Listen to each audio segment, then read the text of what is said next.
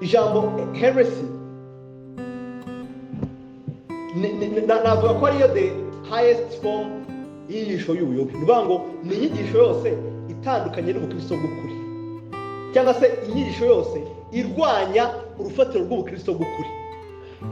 Iyo mu itorero umuntu bavuga ngo you are a heretic, tuzagenda tubona ubukristo nibumara kugira imbaraga wenda zo mu butegetsi bwa leta nko mu gihe cy'umwami Constantine n'ahandi, umuntu bavuga ngo uyu ni umuheretic, umuntu yaricwaga. Ntabwo ari umuntu nyine wibeshye bisanzwe, ahubwo ni umuntu ugomba kwicwa kubera yuko ari gushaka guhirika ubukristo bwose. So rero heresy ngo ni inyigisho zirwanya the fundamentals of Christianity. Ni inyigisho zose zihakana urufatiro rw'ubukristo. Urabyumva? Harimo urugero nko guhakana ubutatu bwera, that's a heresy. Ngo kwerekana a view itandukanye na Trinity ku Mana is heretical.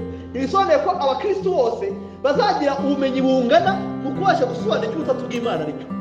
Ariko umuntu uhagarara ku birenge bye agahakana ko Imana atari Imana imwe mu persona batatu, abaye ngo Imana data niyo Kristo niyo mwuka wera, uwo muntu ni umuheretic, he's a heretic. Hariho abantu bitwa ngo n'Abraham, murabazi. Iyo muri kuganira ku bijyanye n'agakiza, ariko abantu benshi bajya ko umuntu uzi justification by faith alone, uzi ko gutsindishwa n'umuntu ko kwizera wese akijijwe. Ariko Abraham ni abaheretic kandi bazi gutsindishwa n'umuntu ko kwizera ko heretic. Ngo bakana ko Imana data, Imana mwana, Imana mwuka wera batandukanye. Uryo ya heretics kuri iyo sense. Ngo iyo babaye mu gihe cya church fathers barabaye excommunicated, barakuye mu itorero. Hariho kimwe n'abayehova nabo bahakana yuko Imana data bavuga ko Yesu ari ikiremwa, nabo n'abaheretic. Ngo bahakana kamere ya Kristo yuko atari Imana yuzuye ngo be n'umuntu wuzuye. Abo ngabo n'abaheretics. Uryo umuntu akana nature ya Kristo, umuntu akana nature y'Imana mu butatu bwayo, abo n'abaheretics. Rero nuze ahubwo nta nubwo ari abaheretics gusa, ahubwo Yohana avuga ngo umuntu wese wakana ko Yesu yaje yambaye umubiri ngo ni antikristo. Yohana avuga ko ni antikristo, ngo umuntu akana nature ya Kristo ni antikristo, kubera ko niho ubutumwa bwiza bushingiye. Ndetse anavuga mu rwandiko rwa kabiri yuko ngo umuntu aza afite a different doctrine of Christ, ngo umuntu uzaza inyigisho itandukanye n'iya Kristo. Mu Kinyarwanda ukuntu bimeze nk'aho ari uzazana izindi nyigisho zitandukanye n'izo Kristo yigishije, ariko ntabwo ari cyo ari kuvuga. Ngo a different doctrine of Christ, ngo uzazana indi nyigisho itandukanye n'iyo musanzwe muzi kuri Kristo, ngo ntimuzamuhe n'ikiganza ngo musuhuze. So they understood yuko uwo Kristo ari we nature kamere ya Kristo, ndetse n'uw'Imana ariyo niyo foundation y'ibyo twizera byose. Ikindi tubona Paul arwanya nka heresy ni ukurwanya inyigisho zivuga yuko umuntu akizwa n'imirimo ye. Iyo nyigisho rero ni heresy. Paul avuga mu Hagati cyaho cya 1:6-7 ngo nihagira umuntu uzazana ubutumwa butandukanye n'ubwo twabwirije, ngo nubwo yaba bari kuvuga ngo let him be accursed. Iyo jambo anathema ubundi nibyo bakoreshaga bari excommunicating, ngo you are anathema, ngo utandukanyijwe n'ubugingo buhoraho, ujugunywe mu rutazima literal. Paul avuga yuko ngo umuntu uzaza afite a different doctrine of justification, uzaza afite ubundi buryo bwo gutsindishirizwa butandukanye n'ubwo bavuze, ngo umuntu ari anathema. Niba mu Kiliziya y'i Roma yo yavuze ko abaprotestant bari anathema, ngo yumvaga ko bari abaheretic ku bijyanye no gutsindishirizwa, kubera ko zihizwa n'umuntu bwonyine. Abaprotestant nabo bakumva Kiliziya yabaye anathema ku bijyanye no gutsindishirizwa. Ngo ntabwo umuntu yaba ari umukristo holding the view yo gutsindishirizwa itandukanye niyo birigaragaza. So those teachings, mainly the teachings on who God is, inyigisho zivuga ko Imana ari we, inyigisho kujyanye n'uwo Kristo ari we, inyigisho kujyanye n'agakiza cyari cyo nyine uburyo umuntu atakizwa imbere y'Imana cyangwa se atsindishirizwa, inyigisho zijyanye umuntu wakana ko Kristo azagaruka, uwo ni umuheretic. Umuntu wakana umuzuko, uwo ni umuheretic. Paul avuga ngo nimba nta muzuko hari nta n'ubukristo buhari. Ngo umuntu wakana resurrection, it's a heretic. Ngo izo zose n'inyigisho Paul agenda ndetse n'izindi ntumwa zigaragaza yuko aha niho ubukristo bushingiye, ubundi bwo butumwa bwiza tubwiriza. Urabyumva? So rero dushobora kugenda dupointinga some teachings ziri foundational, ariko at least wenda from the mind ibihise bizakanya n'ibyo ngibyo.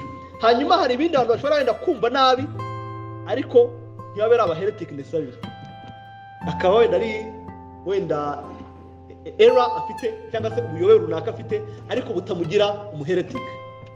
Urugero twagiye tubona nko ngo wumvaga ariko ibyanditswe tugomba kubishakamo buri gihe deeper meaning, nyine ngo ushaka icyanditswe ngo hangwe cyanditswe. Umuntu ashobora gusoma gutyo ibyanditswe nabi ariko ku bw'ubuntu bw'Imana akizera, urubyumva.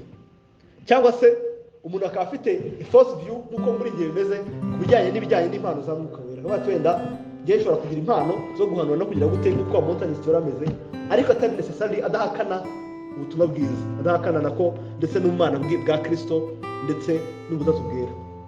Akaba ari era afite ariko utavuga ngo urana umuheretic kubera ko yizera ibintu. N'ibindi bigiye bitandukanye babyukana inyigisho buri munsi zitandukanye. Hari n'abafite inyigisho, hari n'abari muri reformed faith ubwabo bafite inyigisho ziri erroneous, zipfuye kandi ari abareformed. Wenda singiye kugira uwo mvuga ariko nkabizera ko tugomba kubatiza abana bacu, twarizeye twatiza abana bacu bose. That's a never. Nye ni ikintu kitari muri Bibiliya, ni ikintu ndetse kitari ukuri. Ariko ntabwo wahagarara ku maguru yawe uvuge ngo all the reformed Presbyterians are heretics. You can't say that. Uvuge ngo Martin Luther, John Calvin, Puritans, n'abandi bareformed bo muri Amerika no muri Afrika bose they are heretics. Ntabwo bakijwe. You can't say that. Kuko iby'ibanze byose by'Ukristo ndetse n'iby'ibanze byose bya reformed theology faith barabyizera. Hanyuma akaba n'ibindi byinshi abantu bagiye bafite nk'icyo ngicyo cyo kuvuga ko itorero rigomba kuyoborwa n'umubishop umwe, abakuru b'itorero bakaba munsi ye. Icyo nacyo itanera ibintu bigiye bitandukanye. Ariko itorero ryamaze kumisinga those foundational teachings, iyo icyitwa ubukristo cyamaze gutakaza kimwe muri bya bindi by'ibanze by'ubukristo, ntabwo riba rikiri itorero rya Kristo.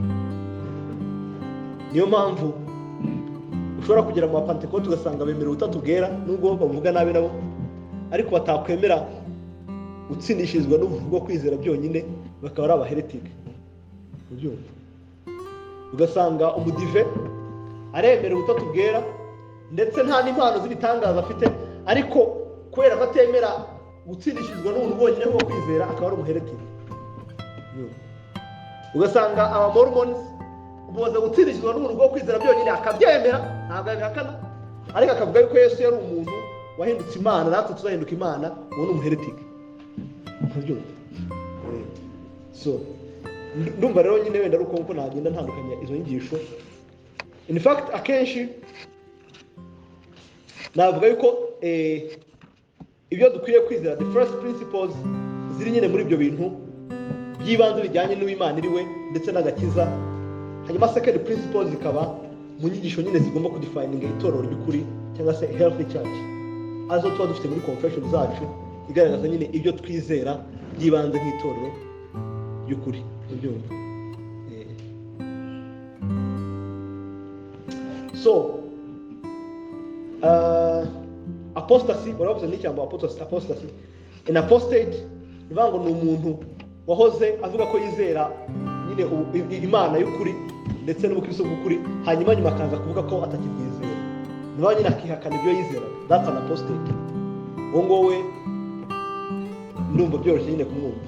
Hari abo tugenda twumva akavuga ati naje gusanga bya bintu byanyu ari ubuyobe, naje gusanga bya bintu byanyu bigoye, naje gusanga nyine all kind of excuses abantu batanga kugira ngo bajye kwisubirira mu isi. Those are apostates. Kandi Paul turimo twiga n'ubundi n'ubandimwe hejuru twabonye ko abantu nyine bahoze muri twe ariko batarabaka.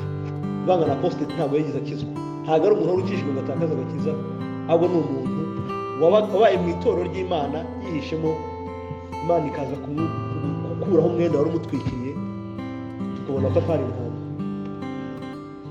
This is a very sad case.